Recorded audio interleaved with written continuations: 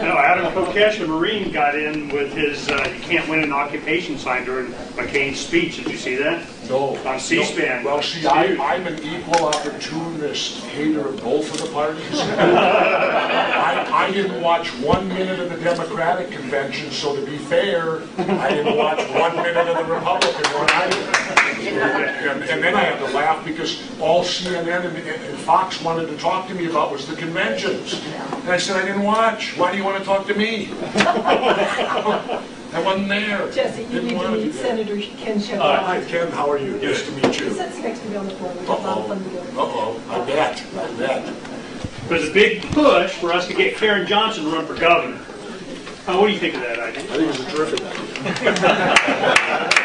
We can bring Jesse to be chief of staff. In fact, better her than me. Then they're done that. She's welcome to it. Yeah, I'm all about to tell you. Conspiracy nuts, as we're called now. I don't know. But to me, if they have that ability, why don't they show us all? Is plain striking. And yet they've confiscated them and they won't allow. Just like I could go all the way back to Kennedy. Did you know that today, even today, you are not allowed to see Lee Harvey Oswald's tax return from 1962 because of, quote, national security? Now, how could Lee Harvey Oswald's tax return of 1962 affect our national security? Well, I guess if he was collecting government checks, that would mean he was an employee of the government, wouldn't it? Well, they didn't tell us that, did they, about Lee Harvey Oswald, that he quite possibly could have been a government employee. You know, one question I have... And why would you not be able to see his tax return? My God, it's 50 years later. Yeah. This guy was a Marine private. I was a petty officer 3rd class in the SEALs. I had a top secret security clearance, but I didn't know that much. I couldn't have gone to the Russians and told them anything they probably didn't already know. Why would we need to lock up everything about Lee Harvey Oswald, a Marine private, because of national security? Now, if Lee Harvey Oswald happened to be involved in a false defector program with the CIA, well, then there probably was security problems that you would have to lock up intelligence on him for. But how could a Marine private affect our national security in any way, shape, or form? Maybe a Marine general could, but certainly not a private. Sure. On your counter-service here, you retired, you're a surfer dude, man, having fun, I'm good. You know, I don't need to be messing with it, I'm out of it. You went away for a while, and they're like, well, when are we going to get our Jesse fix, okay? Then here it comes. You write the book, Don't Start the Revolution Without Me. When did you start writing that? Why? And what do you hope the result will be? Well, first of all, let's back up to why I disappeared for 3 years. I came out of office. Of course, I shocked the status quo that I didn't seek re-election.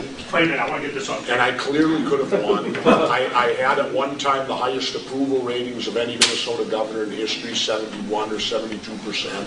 But I don't put any credence into that, because you have to make hard decisions. And any time you make a hard decision, your approval ratings are going to start falling, because there are people that won't like it. And many people are one-issue people. Well, what happened to me when I didn't seek re-election, I was the hottest commodity out there. I was the voice of the independent. As Eleanor Cliff called me when I was teaching at Harvard, and I love this, she called me the high priest of the third party movement. I enjoy that.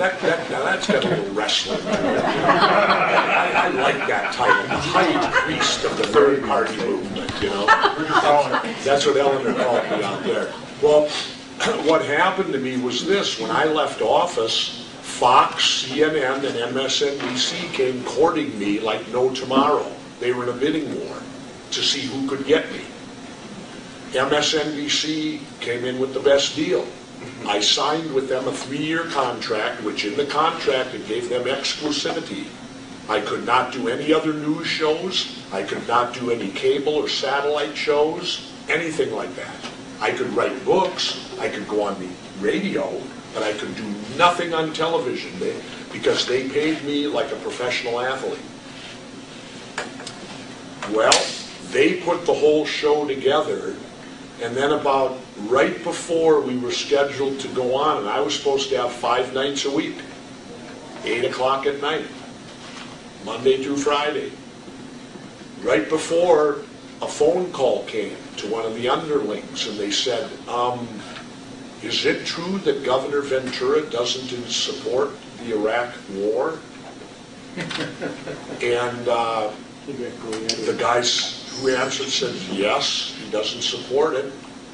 And they said, does New Jersey know about this? And the guy said, I don't know. And then the guy said, and this is a guy who had worked for me 4 years as governor too, who is now working on my show with me. And they said, is there any chance the governor would change his position on the Iraq war? The guy said, not likely. He said, he's the kind of guy, unless you can give him some real evidence to educate him that there's a better way, he's going to stick to his guns. I wasn't allowed on TV, ladies and gentlemen, because of my opposition to the Iraq war. If you recall, there was nobody on TV voicing any dissenting opinion. The only person that was Phil Donahue on MSNBC, and what happened? They pulled him. And get this, Phil Donahue was their highest rated show. Have you ever heard of a network pulling their highest rated marquee show? Never. That's a precedence that's never happens. So did they have to continue to compensate you? Yes. Oh, that's good.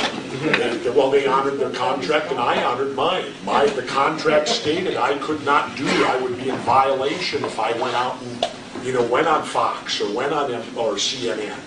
So, and I'm a person that fulfills contracts. If I sign a contract, I feel that I signed it of my own free will. I have to live up to it. And so they paid me all 3 years. They includingly paid Dee Woodard, who was my assistant, my personal secretary as governor. She stayed with me on the show. Well, I'm the star of the show. I need an assistant. She got paid for 3 years. Both of us were paid completely for 3 years. And I can happily say my home in Mexico, down in Mexico, they like to put names on their houses. And I almost named my house Casa MSNBC. I ended up naming it Casa El Hombre Rana. Anybody here speak Spanish? Yes. Rana. Hombre is a man. Casa the man. Rana, frog. Also the man frog. See, I've learned this in Mexico. We say the description first and then the object. In Mexico, they say the object first, then the description. So my house is House of the Man Frog, which for me would be Frogman. So I named my house Casa El Hombre Rana, which is House of the Man Frog. So then you get to the book. Well, then another unique thing happened. After I left office, that following November was the 40th anniversary of the killing of John Kennedy in Dallas. So I told my wife, I got to go down there. So I flew down there, and I booked myself at a hotel as close as I could to Dealey, and went down there for that anniversary. And I found it amazing. There were 10,000 people there that day at Dealey Plaza, the day. I was the only elected or former elected official there. I found that very peculiar. Why would no elected official go to Dallas to commemorate the 40th anniversary of the assassination of Jack Kennedy? So I got up to speak there, and I asked, where's the governor of Texas? The former governor of Minnesota is here. I would think the governor of Texas would show up. Not one elected official even there. Is it because our government is so ashamed of what happened that day that they don't want to even acknowledge it? I don't know. Well, the book comes in here. While I was there, a guy walked up to me and handed me a book called The Man Who Knew Too Much. And it's a story about a guy, what the heck is his name now? Anyway, written by Dick Russell, who you'll see is my co-writer on Don't Start the Revolution Without Me. Well, Dick handed me this book, and I read it, and it's about a guy, I forget his name now off the top of my head, but it's an interesting story of this man. He was a captain in the Army who then went into intelligence and was with the CIA for many years. And 3 weeks before Kennedy was killed, in Dallas. He walked into an El Paso, Texas bank, pulled out a gun, fired 3 shots into the ceiling, walked out and sat on the curb and waited to get arrested. He wanted to be in jail so that when he was arrested, he had documents on him tying him to Oswald and things with Lee Harvey Oswald. Clearly, he wanted to be in jail when it happened. And that's the story of the man who knew too much. He died in 1998, and Dick Russell found him and did the book on him. He wouldn't come out explicitly because he's a spook to begin with. But it's a very interesting story of this guy. And that's where I met Dick Russell. And ironically, I'm down in the Baja. Dick Russell happens to stay at a place down there that's up the road from me, and we met at the crossroads. And while we were down there then, I told Dick, I said, you know, Dick,